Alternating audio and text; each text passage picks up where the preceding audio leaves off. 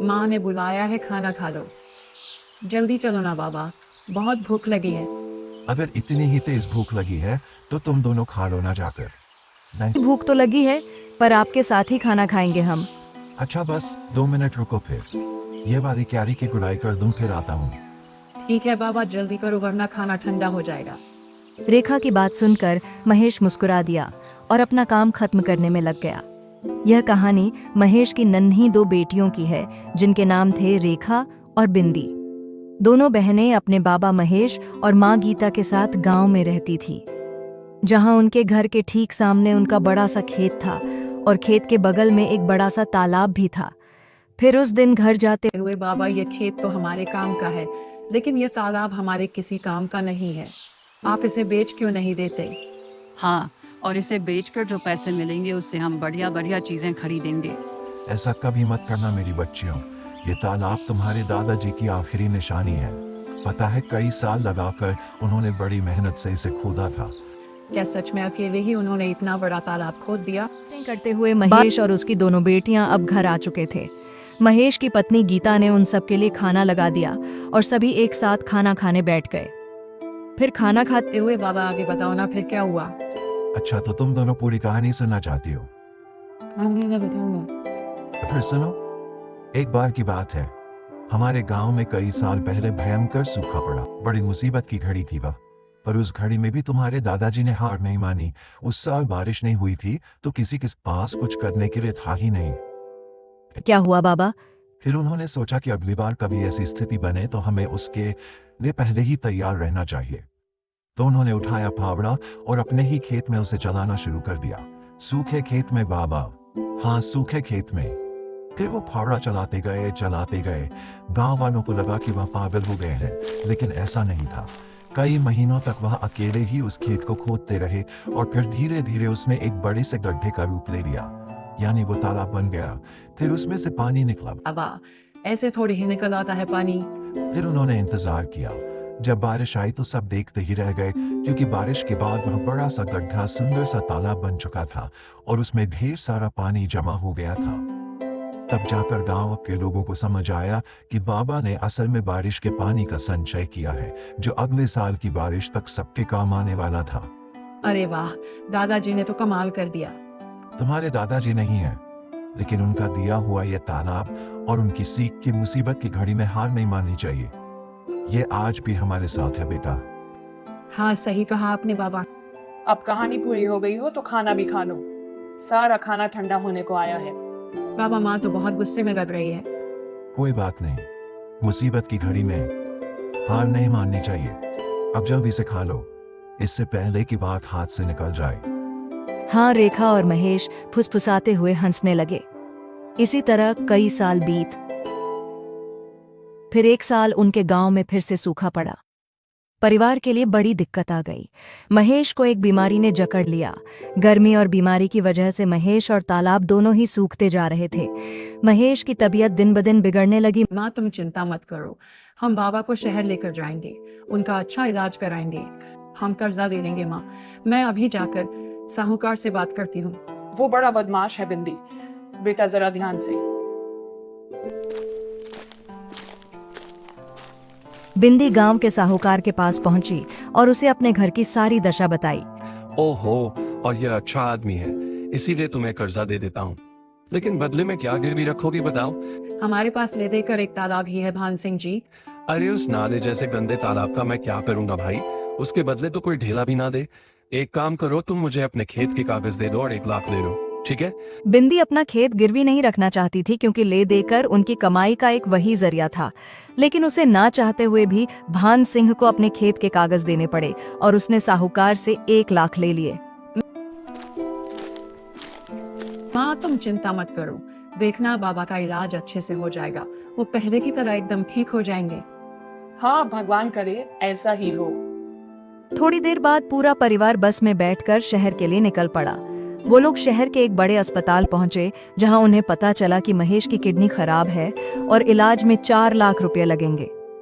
अब गीता और दोनों बहनें चिंता में आ गईं। उन्हें फिक्र सता रही थी कि बाकी पैसों का इंतजाम कैसे होगा। बिंदी, तू एक काम कर, तू रेखा को लेकर गाँव जा। वहाँ छोटे वाले कमरे में एक पुराना संदूक है। उसमें मेरे चांदी के कुछ गहने हैं। जल्दी से वह सब लेकर आ जा। पर माँ उनसे क्या होगा? हमें पूरे 3 लाख और चाहिए। अरे कुछ तो होगा, बाकी का भी देख लेंगे। गीता की बात मानकर दोनों बहनें वापस गांव चली आईं और घर पहुंचते ही उन्होंने उस संदूक को खोला। यह पहली बार था जब उन्होंने उस संदूक को खोला था। उस संदूक को खोलते ही सबसे पहले ढेर सारी धूल निकली। फिर एक लाल रंग के कपड़े की पोटली थी जिसमें गीता के कुछ गहने रखे थे। हे भगवान, मेरी माँ की शादी की निशानी भी अब हमें बेचनी पड़ रही है। हमारी मदद करो भगवान। बिंदी की आंखों में आंसू थे। तभी रेखा की नजर संदूक की तली पर पड़ी जो कुछ उठी हुई सी थी। उसने वहां से लकड़ी का वो हिस्सा हटाया तो वहां उसे एक छोटी सी डिब्बिया नजर आई। दीदी, ये क्या है और इसे इतना छुपा कर क्यों रखा है? पता नहीं, रुक मैं इसे खोल कर देखती हूँ। जैसे ही बिंदी ने वो डिब्बिया खोली, उसमें एक बड़ी सी चाबी और एक चिट्ठी थी। बिंदी ने वह चिट्ठी खोली जो असल में उसके दादा ने अपने बेटे महेश के लिए लिखी थी। बिंदी ने चिट्ठी को पढ़ना शुरू किया। मेरे बेटे महेश, मैं जानता हूँ कि तू मुझसे बहुत प्यार करता है, पर अब मेरी उम्र हो चली है और यह बीमारी मुझे अपने साथ लेकर ही जाएगी। तूने अपनी जिंदगी भर की कमाई मेरे इलाज पर खर्च कर दी, लेकिन यह ठीक बात नहीं है। आगे तेरी संतानों को भी पैसों की जरूरत पड़ेगी। एक राज छिपा कर रखा मैंने तुझसे, ताकि तू या तेरी संतानें सही वक्त आने पर उसका इस्तेमाल कर सके। तालाब की खुदाई करते वक्त मुझे कुछ मिला था। यह चाबी तेरी सारी समस्याएं खत्म कर देगी। बस याद रखना कि यह चाबी असल में मेरे दिल की है। दीदी, क्या दादाजी ने पैसे या गहने छुपा कर रखे होंगे कहीं? हाँ रेखा, लगता तो ऐसा ही है। तू सोचना जरूर, दादाजी के पास कुछ ऐसा था जिसकी मदद से वह खुद का इलाज करा सकते थे, लेकिन उन्होंने वह हमारे बाबा और हमारे लिए छोड़ दिया और अपने प्राणों का बलिदान कर दिया। पर सवाल यह है कि क्या बाबा को इस बारे में कुछ पता नहीं चला? कैसे पता चलता? कितना छुपा कर तो रखी थी डिब्बिया दादाजी ने। वो तो पता नहीं कैसे मेरी नजर पड़ गई इस पर। लेकिन दीदी, ये चिट्ठी के आखिर में किस तरह की पहेली है? अब हम दादाजी का दिल निकाल कर कहाँ से लाए? बुद्धू वह किसी तरफ इशारा कर रहे हैं। उन्होंने कहा कि यह चाबी मेरे दिल की है। इसका मतलब कोई ऐसी चीज जो उनके दिल के सबसे करीब थी। उनके दिल के सबसे करीब तो बाबा है, पर बाबा में चाबी थोड़ी ही लगेगी।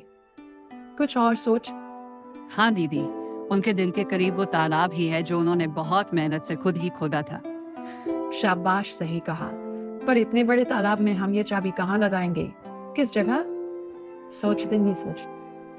ये चाबी तो किसी तारे में ही लगेगी और तालाब जरूर किसी चीज की तो सुरक्षा कर रहा होगा। हाँ, जैसे कोई पुराना संदूक लेके वो संदूक पूरे तालाब में कहाँ है, ये कैसे पता चलेगा? और पूरा तालाब खोदने में तो बहुत वक्त लग जाएगा। हाँ, और डॉक्टर ने जल्दी पैसे मंगवाए हैं। क्या करें दीदी? इल्विया मान गई। दादाजी तो बहुत ही समझदार थे। मतलब उन्होंने एक ही पहेली में 2 उत्तर दिए हैं। उनके दिल की चाबी मतलब तालाब, और दिल कहाँ होता है? शरीर के बीचों बीच। तो हम तालाब के बीचों बीच खुदाई करेंगे, वो भी रात को। वाह दीदी, क्या दिमाग पाया आपने। वैसे दीदी, एक बात तो माननी पड़ेगी, दादाजी बहुत समझदार थे, लेकिन शायद वह जानते थे कि उनकी आने वाली पीढ़ियां भी बहुत समझदार होंगी, तभी तो उन्होंने इतनी मुश्किल पहेली रखी थी। रेखा की बात सुनकर बिंदी मुस्कुरा दी और फिर रात में उन दोनों ने तालाब के बीचों बीच खुदाई शुरू कर दी। और थोड़ी सी खुदाई के बाद उन्हें वहां से वाकई में एक संदूक मिला। और फिर जब उसे खोला गया तो उसमें ढेर सारे सोने के सिक्के थे। दीदी, क्या ये सोने के सिक्के हैं? हाँ, रेखा, दादाजी ने सही कहा था कि सारी मुश्किलें हल हो जाएंगी। दादाजी भले ही चले गए, लेकिन वह जाते जाते हमारी सबसे बड़ी मुश्किल हल कर गए। दिन कीर्ति ने उनमें से कुछ सिक्कों को सुनार को बेच दिया और उसके बदले में ढेर सारे रुपए ले लिए। उसने महेश का पूरा इलाज कराया और साहूकार का भी कर्जा उतार दिया। फिर एक दिन घर में बेटा, तुमने बताया नहीं कि तुम्हारे पास इतना पैसा आया कहाँ से? बिंदी ने महेश को उसके पिताजी की चिट्ठी पकड़ा दी और रेखा ने उसे सारी कहानी बताई। इसी तरह कई साल बीत। फिर एक साल उनके गांव में फिर से सूखा पड़ा। परिवार के लिए बड़ी दिक्कत आ गई। महेश को एक बीमारी ने जकड़ लिया। गर्मी और बीमारी की वजह से महेश और तालाब दोनों ही सूखते जा रहे थे। महेश की तबीयत दिन ब दिन बिगड़ने लगी। माँ, तुम चिंता मत करो, हम बाबा को शहर लेकर जाएंगे, उनका अच्छा इलाज कराएंगे। हम कर्जा दे देंगे माँ। मैं अभी जाकर साहूकार से बात करती हूँ। वो बड़ा बदमाश है बिंदी। बेटा जरा ध्यान से। बिंदी गांव के साहूकार के पास पहुंची और उसे अपने घर की सारी दशा बताई। ओहो, और यह अच्छा आदमी है, इसीलिए तुम्हें कर्जा दे देता हूँ। लेकिन बदले में क्या गिरवी रखोगी बताओ? हमारे पास ले देकर एक तालाब ही है भान सिंह जी। अरे उस नाले जैसे गंदे तालाब का मैं क्या करूंगा भाई? उसके बदले तो कोई ढेला भी ना दे। एक काम करो, तुम मुझे अपने खेत के कागज दे दो और 1 लाख ले लो, ठीक है? बिंदी अपना खेत गिरवी नहीं रखना चाहती थी क्योंकि ले देकर उनकी कमाई का एक वही जरिया था, लेकिन उसे ना चाहते हुए भी भान सिंह को अपने खेत के कागज देने पड़े और उसने साहूकार से 1 लाख ले लिए। माँ तुम चिंता मत करो, देखना बाबा का इलाज अच्छे से हो जाएगा। वो पहले की तरह एकदम ठीक हो जाएंगे। हाँ भगवान करे ऐसा ही हो। थोड़ी देर बाद पूरा परिवार बस में बैठकर शहर के लिए निकल पड़ा। वो लोग शहर के एक बड़े अस्पताल पहुंचे जहां उन्हें पता चला कि महेश की किडनी खराब है और इलाज में 4 लाख रुपए लगेंगे। अब गीता और दोनों बहनें चिंता में आ गईं। उन्हें फिक्र सता रही थी कि बाकी पैसों का इंतजाम कैसे होगा। बिंदी तू एक काम कर, तू रेखा को लेकर गांव जा। वहाँ छोटे वाले कमरे में एक पुराना संदूक है, उसमें मेरे चांदी के कुछ गहने हैं। जल्दी से वह सब लेकर आ जा। पर माँ उनसे क्या होगा? हमें पूरे 3 लाख और चाहिए। अरे कुछ तो होगा, बाकी का भी देख लेंगे। गीता की बात मानकर दोनों बहनें वापस गांव चली आईं और घर पहुंचते ही उन्होंने उस संदूक को खोला। यह पहली बार था जब उन्होंने उस संदूक को खोला था। उस संदूक को खोलते ही सबसे पहले ढेर सारी धूल निकली। फिर एक लाल रंग के कपड़े की पोटली थी जिसमें गीता के कुछ गहने रखे थे। हे भगवान, मेरी माँ की शादी की निशानी भी अब हमें बेचनी पड़ रही है। हमारी मदद करो भगवान। बिंदी की आंखों में आंसू थे। तभी रेखा की नजर संदूक की तली पर पड़ी जो कुछ उठी हुई सी थी।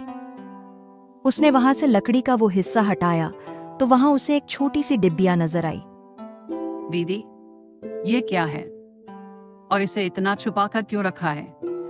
पता नहीं, रुक मैं इसे खोल कर देखती हूँ।